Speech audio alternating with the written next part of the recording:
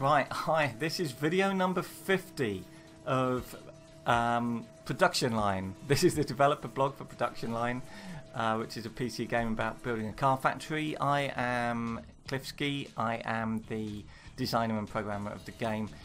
We do these videos every week, and we've been working on it for a long time, evidently, because this is video number 50. And before I actually talk about what's changed, not a huge amount has changed in the last week. I'll talk about why that is. As well as developing this game, we also publish games, or we have done in the past. And a game that we're publishing called Shadow Hand has just got its release date announced, which is the 7th of December. And we've got a new trailer out, which I'm kind of like showing you in the background now by the time that I edit it. It's a completely different style of game to this, but you might be interested in it. I'm really excited by it, and I'm really looking forward to seeing how it does. So you can add it to like Steam wish lists and stuff like that now. Anyway, back to Production Line. What have we been doing and what is new? Okay, I know there's been like a whole ongoing thing about firstly performance and stuff to do with routes. And when I talk about routes, I talk about the routes that these little objects take. And I have changed some code completely to do with the pathfinding stuff again, and it's now vastly faster. And I also worked out what was causing that annoying bug that you'd have, where sometimes you would put down a can I afford to experiment? Let's just put something down that you would. Whoa, that's a bad example actually. Probably a bit loud, aren't they? Where say you would put down something like that. I'm going to turn that down, and you would get no route to stockpile like that. Even though there was a route to the stockpile. That was a bug that a few people complained about. It only happened under certain circumstances, but I worked out what it was and I fixed it, and I'm hopefully going to patch the game tonight to fix that. And you will also notice if you have a really big factory, and by big I mean a lot bigger than this, I mean filling the whole map, and some people do, you should notice a big performance increase. That took a lot of time and a lot of testing and a lot of fiddling and a lot of measuring. I'm trying to think exactly what I did in case people are interested in it. It was all to do with yeah,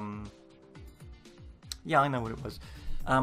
Basically every single slot in the game, like this one which is fitting brakes, it now and then checks to see where it should get the brakes from. So obviously it should get the brakes from here because it's the nearest place, right? But if there's a massive queue here, it needs to know the second nearest place, which is obviously here.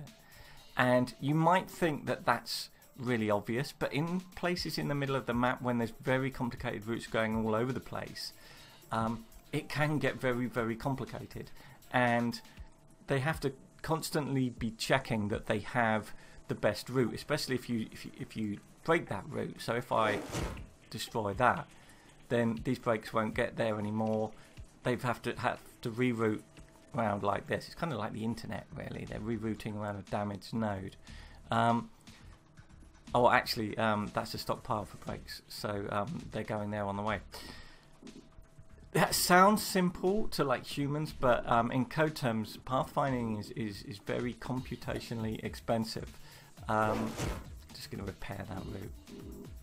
So I had to do all kinds of things to make sure that it didn't do any redundant stuff. So basically what it does is when it's getting a route from each individual importer, what it does now is it always keeps a note of the two best that it's got so far. So if we happen to check this one and that one, then when we start checking is it quicker from this route, when we get to a certain point we think no, it's not going to be, and we stop calculating it, and that makes the whole thing vastly faster.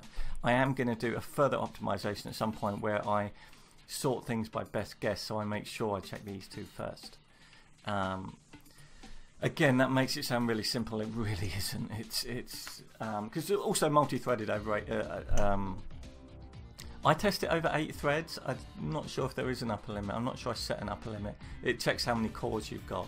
So if you do have like a sort of 4-chip hyper-threaded, effectively 8-core PC, it will use all 8 cores. You would have to have a very big complicated map to see that, but if you do and you check in Task Manager, you will see it using your PC to 100%, which is quite unusual. Okay, so what have we done? There's a lot of GUI stuff that I won't bore you with because it's kind of like simple things. We changed some of the way these pop-ups work. If you check here now, it'll tell you what percentage done you are, if you're curious about that. A few other minor tweaks. Something that I've changed here is that these are now white. Oh God! Yikes! I only. Okay, right. Well, let's restart then, shall we? I noticed that yesterday, and I thought that was just me, but it's not. Typical. Live debugging. If I open a game that's got loads of like established cars, I will fix that bug today. I will not release it with that. So here's a much bigger map, but still running fine. It still runs at 60 frames a second. So if I go in here, you'll notice when you look in here, you have these colours that pop up, and they're kind of greyed out a little bit, but you can still see them. And they are how commonplace those features are. So air conditioning is common, even on a budget car. So you're not going to get much of a premium on that. In fact, you're getting no premium there. We've set it to 30%, you get 30%. Get a much bigger premium for alloy wheels because they're very rare. This is the way the pricing works. And if I go to a car that's got loads of features in, the Positech Speed, oh no, let's go to this one. So you can see all the different colours of various stuff. Eventually they go red if they're like universal. So basic car and QA are now grey, indicating that availability isn't an issue here, and it doesn't show you the availability. It isn't an issue because all cars have basic QA and all cars have basic car. We may be introducing kind of like a higher spec QA at some point. So hopefully that makes that a little bit more obvious. It's a really minor thing, I know. What else have we changed? Oh yeah, the music. I haven't turned the music on because I like to put that on afterwards on these videos. But now if you zoom out, you hear the music and it's at whatever volume you set it. If you zoom right the way in to hear like sound effects, oh god, zoomed off the map. If you want to hear like the construction sounds and all that, the music fades out, and that works really well. You'll just have to take my word for it because the music's off at the moment. We added a few new sounds, we fixed some crashes, we've done some balance changes. A lot of research takes slightly longer now, and also marketing. I don't actually have a marketing facility on this. I have a design studio, but I don't have a marketing facility. Bounce those yo-yos. Marketing is now twice as effective as it used to be. So it might be that if you get into the late game and you're kind of like looking here and you're thinking, I'm selling every car that I make, I need to sell more cars. So there's 11 customers for like budget compacts here. We're only making 4, we're only selling 2. But say we were making 15, we could only sell 11. You basically need more people through the door. Customer visits 120%, 120 people per hour. So you increase that with marketing. At the moment, marketing doesn't boost it by a lot, but I just doubled that because I think it was far too low. So that's another balance change. We have some new stuff coming. I'm going to work on... actually, I need to show you something. I'm going to work on new smart junctions at some point. So, for example, we have a junction here where you can go along here and you can go left or you can go right. What I want is to create smart junctions where you'd be able to click on that and then say, these car designs go right, those car designs go left. So then you could have a different sub-route, for example, for electric cars or whatever, and it would make the layout much more fine-tuned. That's something I want to put in. Yeah, I want to show you something because most people don't know that you can do this. I'll tell you what, I'll do it with a new map. I'm going to restart the game completely to do it with a new map. Because it's to explain a big difference between this and games that people think are similar, like Big Farm or Factorio. The objects in this game, including cars and resources, have intelligence in them. I'll show you what I mean. Let's say we have chassis assembled, so we start building cars. We can then do this. Right, let me just start stuff going off. I'm going to do this as quickly as I can. It's just because if you don't know you can do this, it will probably open up a lot of ideas for you. So, because everyone does their things in a line. So we have chassis assemble. We also need to fit the body. We need to fit accessories, and I'm doing it deliberately in the wrong order. We need to get some painting done, and we need to fit an engine. And you're thinking, this isn't the way to do it at all, Cliff. But it is, or it is a way. Forgive the noise. It really doesn't matter what I do. Right, check this out. Hang on, I'm going to turn these noises down because they're annoying me. What? Oh, hang on. Let's just put that there. So, ba-dum, ba-dum, ba-dum, ba-dum. You're probably thinking, Cliff, this is all nonsense. But it's not. You can do this. I could even put another chassis assemble anywhere I like. I could put it there, right? Put that in there. Who cares? Who cares? Who cares? Because the cars are intelligent. So the cars will go to what they need next. So you see that car is going to, I don't know,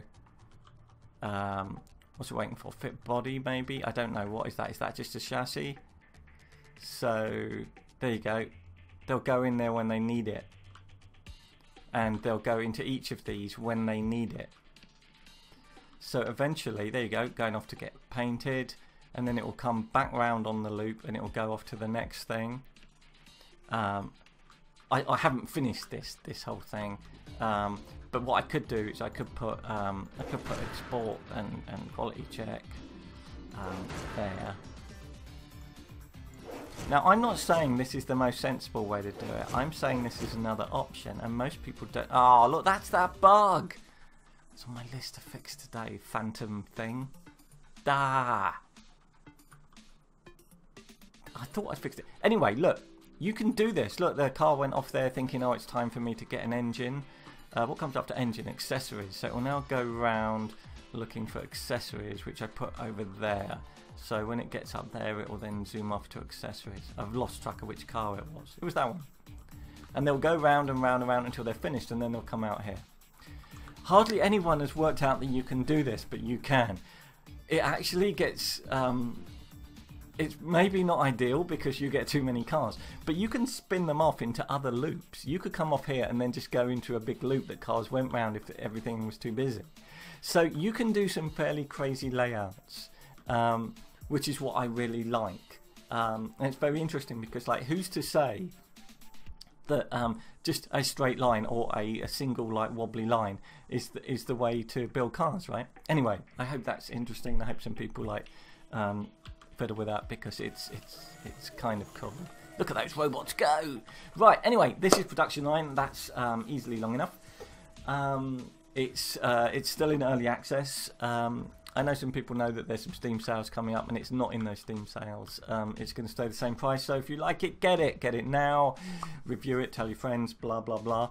And I'm hopefully going to release a new update to the game today. I need to fix whatever that sound crash was, and I need to fix the annoying thing. I'm going to fix those two, and then I want to kind of like rush out a fix because I know some people get that bug with resources not showing up, and I know I fixed that one. You could have a counterclockwise one as well. That'd be cool. Anyway, whatever. Thank you for watching. This is Production Line by Positech Games. It's out now on Steam, and we'll see you next week. Bye.